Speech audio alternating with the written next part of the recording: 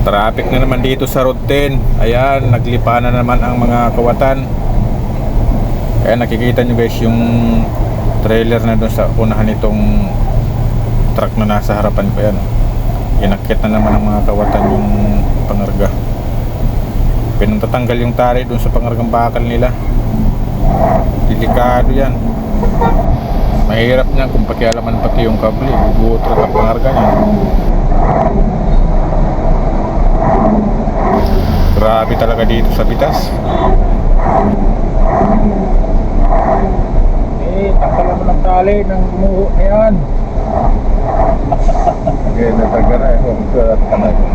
Sabay-sabay na kayong mamatay. Okay na walang magawa sa buhay. Pagtanggal lang isa, biglang bumigay na, nailipit siya.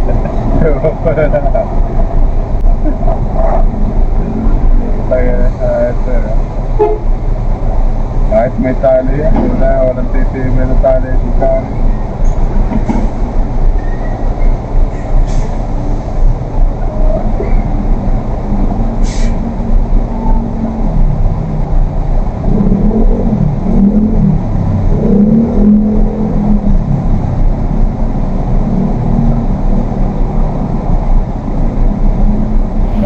Ayun, no? Pili talagang hinahatak yung mga taling bakal. Oh, grabe yung mga jumper na to rito.